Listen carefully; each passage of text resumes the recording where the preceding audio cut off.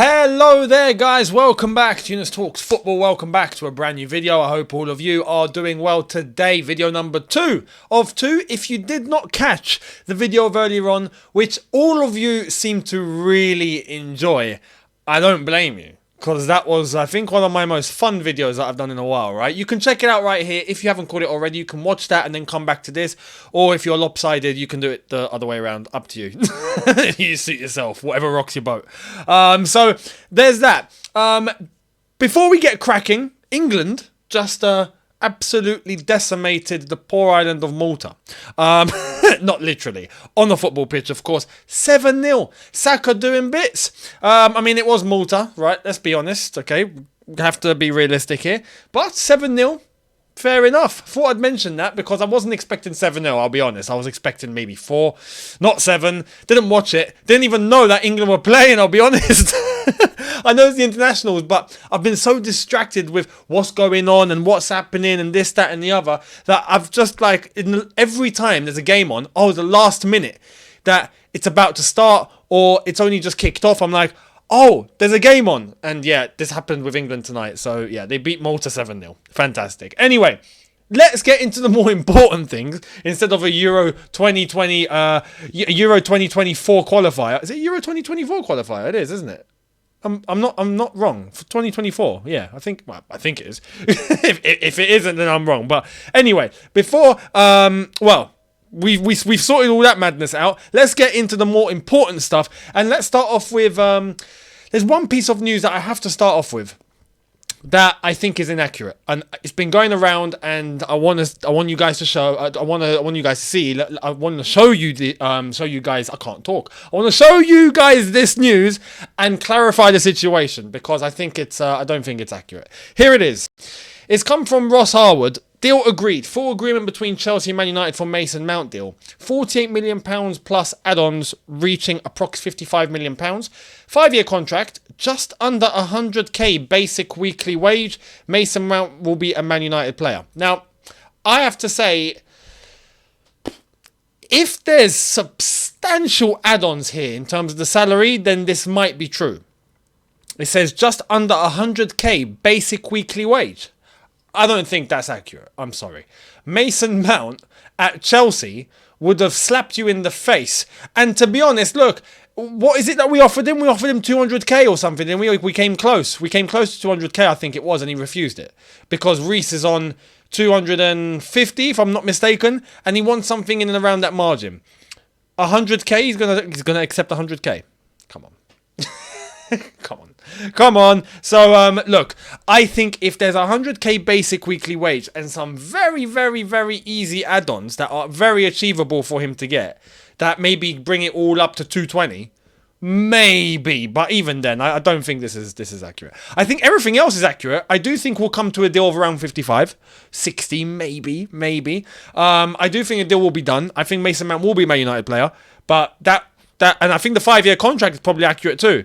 But 100k on a week? Nah, no chance. Absolutely no chance. So there's that. I just wanted to clarify that situation. Let's get it cracking. Into the rest of the news. Starting off with Villarreal. Understand Chelsea are closing in on Nico Jackson deal. Villarreal informed today that €35 million bid is set to be sent to match release clause. Chelsea and Villarreal discussing instalments as expected. Jackson agreed long-term deal. Only wants Chelsea. Matter of time. So this is going to happen. He will be coming to Chelsea. It's a matter of time. But remember what I said a couple of videos ago is that he isn't coming to be the main striker. It does seem like he's going to be coming in to be the number 2 or the support role. Someone to come off the bench. Someone that will be content in that role.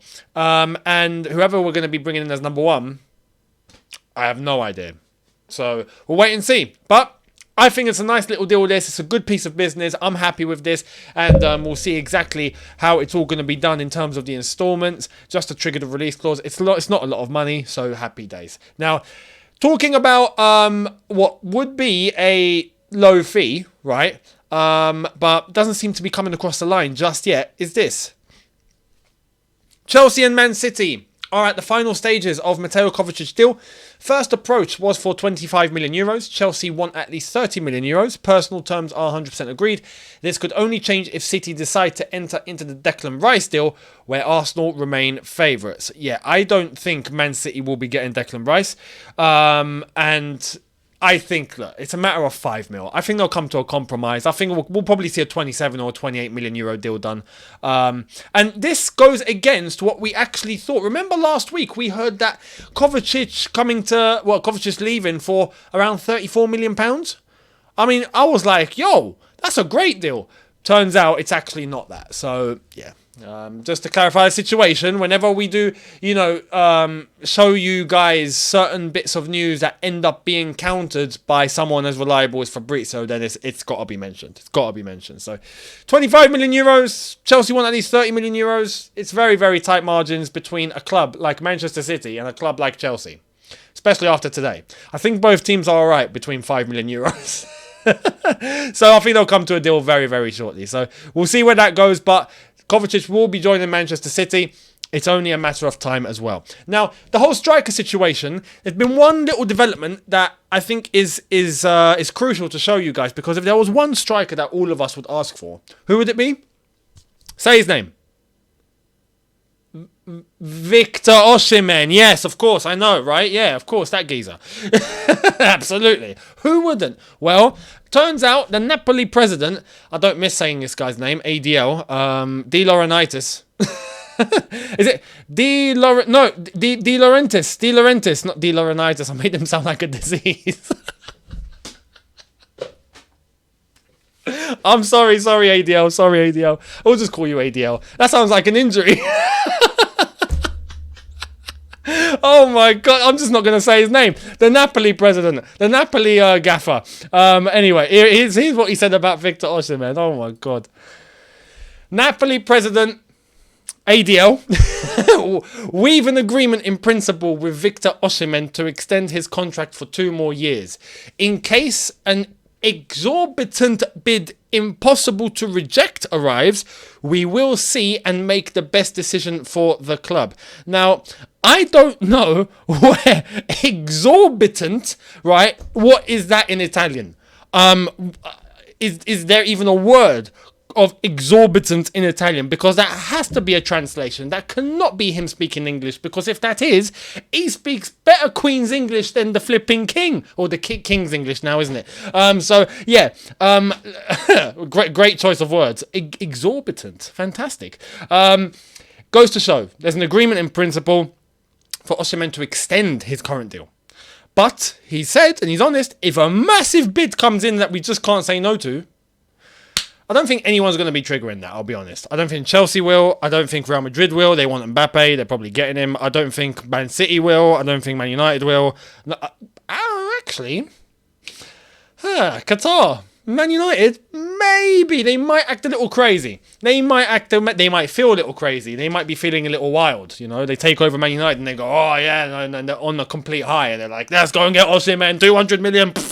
So they might. Chelsea though, you know, unless we call our buddies, our new best friends, you know, Habibi, can we wire 220 million pounds, please? You know, if we do that, we might. That's going to trigger a lot of Arsenal fans. Arsenal fans are not happy. If you're a gooner, you're not happy, are you? I've seen other fans, they're pretty cool about it, but every time I see someone moaning, it's a gooner. Why? You guys are meant to be happy. You guys finished second. You guys were in the title race. That's it. But you were meant to have a good season, you know? Be happy. Now, talking about Saudi, this sums it up. I saw this and I thought, I've got to show this. So here it is. Check this out. Players leaving for Saudi Arabia wasn't a problem until Chelsea got involved. The agenda remains. It's true, wasn't it? It's true. You know, I don't see anyone having a go at Wolves.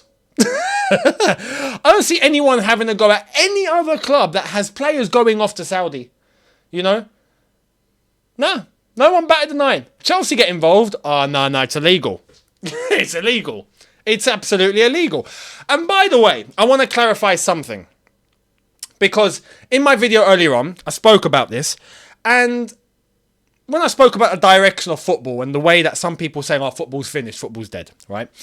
There were some people in the comments, and I can see where they're coming from, who brought up the Super League and was like, "Younes, but you were against the Super League, so where is it that you draw the line?" I think you're mixing apples and pears. Why?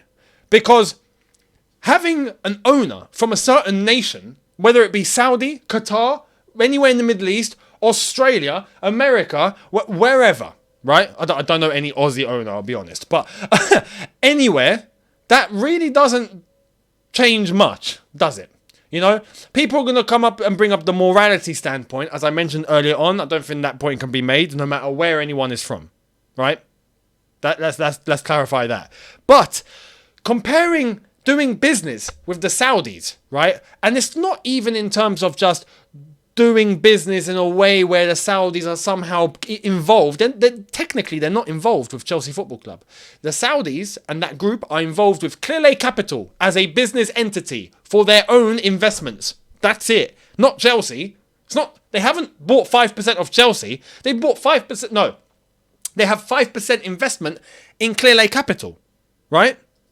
That's it. That has nothing to do with Chelsea. It's not breaking any rule. So when there's that, right? And then I hear, but the Super League, right? You were against the Super League, but you're all right with this. No. Apples and pears.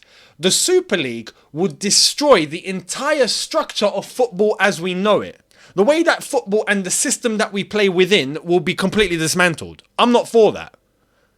Having a Saudi owner or a Qatari owner or whatever doesn't change the fact that there's a pyramid in place, doesn't change the 92 teams in the English pyramid, doesn't change that there's promotion and relegation, doesn't change where a Bournemouth like Bournemouth that came up from League 2 with Eddie Howe and came all the way up to the Premier League. It doesn't change that being possible. It doesn't change that very same Bournemouth team reaching the Premier League and then battering us 4-1, and we were meant to be top 4 that year. We were meant to be one of the big 4 teams. You know, we still are technically seen as one of the big 6. Yeah? You have these teams that come up from the Championship and they still do a number. That would have been destroyed because the Super League was to pluck out all of the best from every single league and then throw the rest. Throw the rest. That's it. You're going to play amongst yourselves, throw the rest. Nah, I was against that. Completely against that. Because you're changing football entirely as we know it. The structure of football that we play within, the system, is completely dismantled. Having a owner from a certain country or the way that you transfer a player from one club to another doesn't change that. So don't compare apples and pears. That's my point. So anyway, as I said earlier on, money's been in the sport for a while, and there will only be more money because there's always more eyes, there's always more advertising, there's always more publicity, there's always more injection, there's always more investment, therefore there's more revenue, there's more profits, there's more growth, and then boom, boom, boom, boom, boom, and it accumulates. Now the ones that are sitting on oil are the ones in the Middle East. Change that. You can't. So, yeah, that's it. Now, talking about the Saudis, we're going to go through, I think 3. There's 3 players that are heading over to Saudi, it seems. And a couple of them are going to really catch your eye here. Here's the first. We've got news on Aubameyang. Understand, Pierre Aubameyang is still in negotiations with Saudi clubs. Talks are ongoing, no agreement yet, but there are active discussions on. Lukaku has 100% rejected Saudi. This is not the case for Aubameyang as of now. Why does Lukaku have to say no like that, man? Why do you have to spoil the party? Everyone's on it, yeah? Kante was on it, Ziyech on it, Mendy on it, Aubameyang on it, Koulibaly on it, and then Lukaku's like, no, I'm not going. Why, man? To be fair, I'll be honest. On a personal, professional level, I think we can all understand why Lukaku would say no. You know, if he still feels like he wants to prove himself in Europe, I get it, right? Because you're not going to have that in Saudi. Not yet. It might. In a few years, it might, but not now. So I can understand. But for Chelsea's sake, just go, man. Just go. Anyway, that's the latest on Aubameyang. Aubameyang will probably, not probably, most likely heading over there. Here's a couple of names that I don't think you expected, right? Anyone going to get mad at Atletico Madrid? Probably not. Here it is.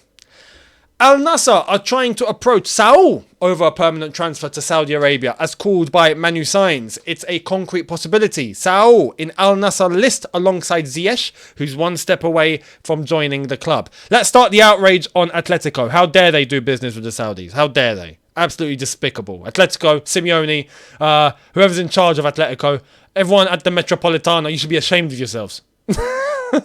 and you know what? It doesn't end there. There's more. Understand, Saudi clubs are now in talks to sign Matt Doherty as a free agent after 6 months deal at Atletico Madrid.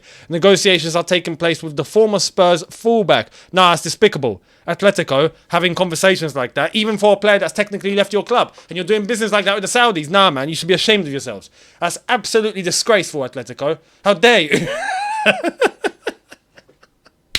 Oh man, this is brilliant. This is hilarious. I find it hilarious. I find this whole thing just funny. But it's mad how Saul, we play Saul and Matt Doherty. How was Matt Doherty? Hang on. There's caliber of players that they've been targeting so far.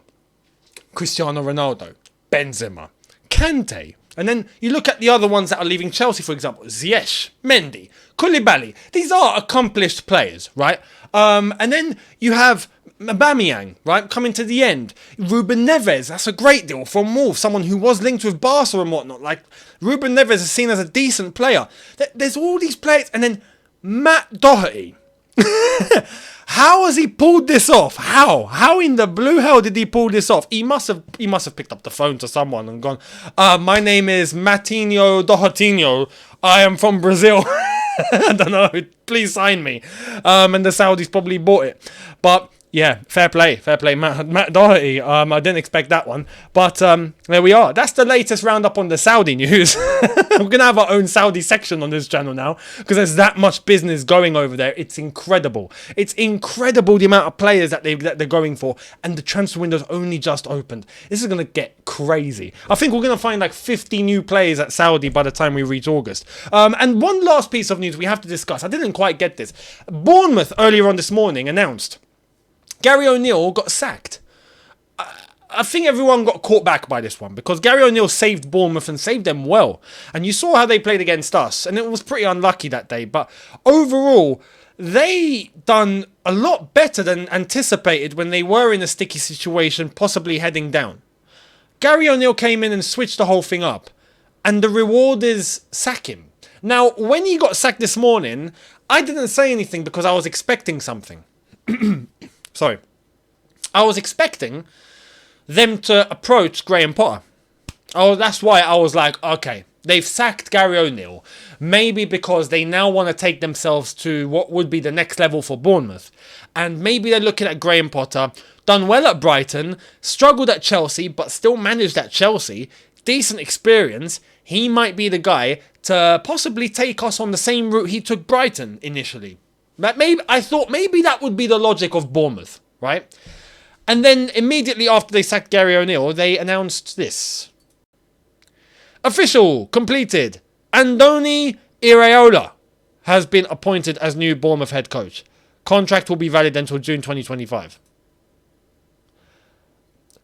I'm going to quote Conor McGregor. Who the f is that guy? You know? Who is this geezer? I read he's a right back, and he managed Larnaca in Cyprus. He won a Cypriot Super Cup, and he managed Rayo Valladolid, I think it was, in Spain, and now he's the Bournemouth manager. Why did they sack Gary O'Neill? What was the point of that to get him in? I don't understand that. That's a really poor move. Unless if this guy proves everybody wrong. Maybe this guy is a mini Pep. Who knows? But overall, Gary O'Neill doesn't deserve that. Doesn't deserve that. For what he did, I think he deserved a lot more. So, unlucky Gary O'Neill. It's the nature of the beast, I guess. Football management can turn on you like that sometimes. But, yeah, and good luck to Iraola. Yeah. So what's what you can do? Anyway, there's the latest. Thank you all so much for watching. Let me know your thoughts down below. Much appreciated. And I will see all of you tomorrow for a couple of new ones. I will see you then. Thank you very much for watching. Don't forget, hit the subscribe button if you are new. Hit the notification bell to be notified once I've uploaded. Smash the like button if you have enjoyed this. And I will see all of you tomorrow. Have a good one, people. In a bit. Take care and peace.